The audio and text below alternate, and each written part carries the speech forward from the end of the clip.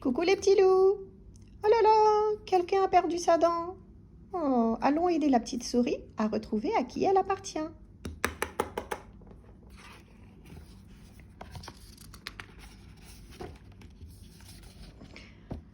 La petite souris et la dent. Texte de Virginie Hanna, illustration de Delphine Baudet, des éditions France Loisirs.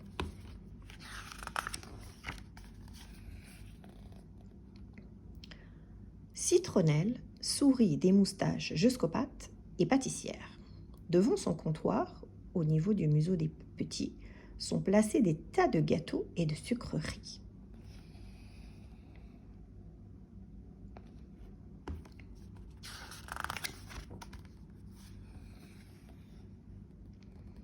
Chaque nuit, Citronnelle a une mission à accomplir. Avant de partir, elle glisse une grosse poignée de bonbons dans son baluchon. Car Citronnelle a un secret, elle est experte en dents de lait.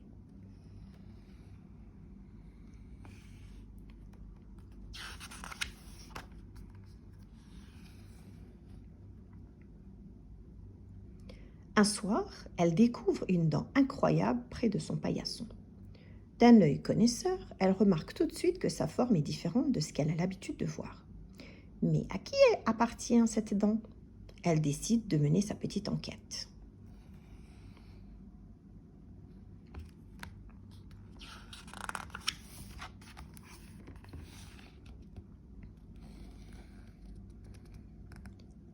Elle frappe chez Firmin et lui demande s'il n'a pas perdu une dent.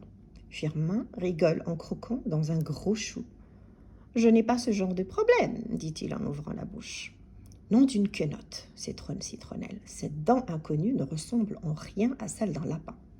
Par mes moustaches, à qui donc appartient cette dent?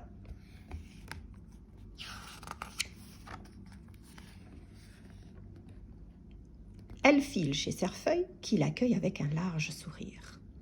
Nom d'une connotte, s'étonne Citronnelle. Cette dent inconnue ne ressemble en rien à celle d'un écureuil. Par mes moustaches, à qui alors appartient cette dent?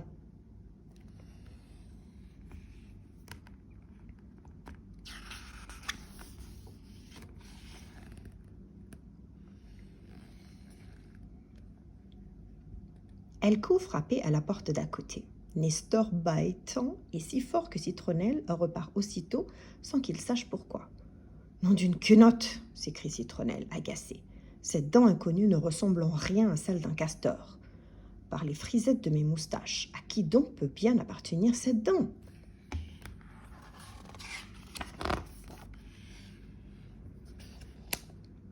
Citronnelle réfléchit. Si cette dent n'est pas à Firmin le lapin, ni à Cerfeuil l'écureuil, et encore moins à Nestor le castor, à qui peut-elle bien être? Nom d'une quenotte et d'une question qui tournicote, s'énerve Citronnelle. Mais elle n'est pas du genre à baisser les pattes. Elle fait sonner la cloche pour rassembler les habitants du village.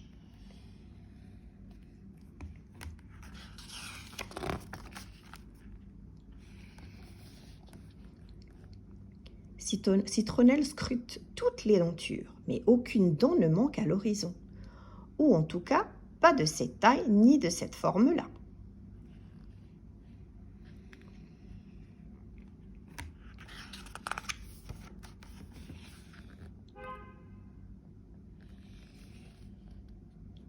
Il ne reste plus que Paillasson le hérisson qui ne fait que parler. Il n'a même pas besoin de faire un grand « ah » en ouvrant la bouche. Citronnelle voit bien que ses dents ne ressemblent en rien à cette dent perdue.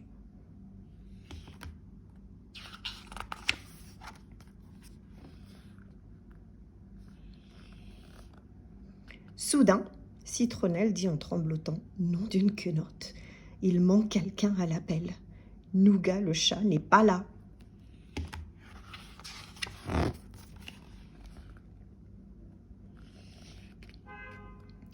Citronnelle entend quelqu'un pleurer, caché derrière un buisson. Elle s'approche et découvre Nougat, les yeux pleins de larmes. Tout en reniflant, Nougat dit tristement « Cette dent est à moi. J'ai cru que je mangeais une croquette, mais c'était un caramel. Depuis, j'ai mal. Ma gencive est douloureuse. »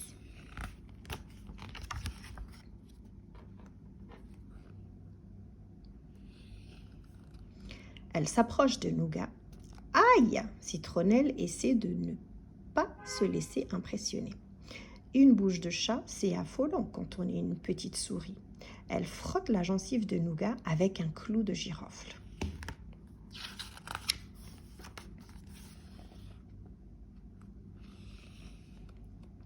Nougat n'en revient pas et crie.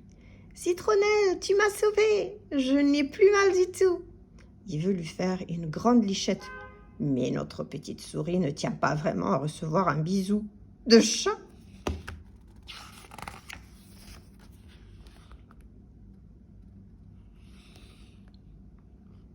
Pour la remercier, Nougat décide de transporter chaque soir Citronnelle et toutes ses surprises qui doivent aller sous les oreillers.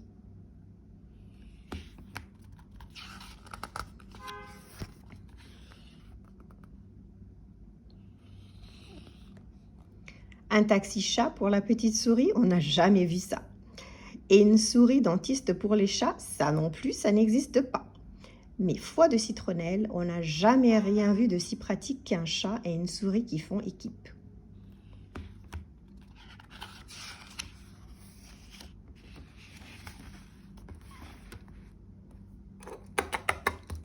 C'est fini pour aujourd'hui. Alors dis-moi, tu as aimé l'histoire?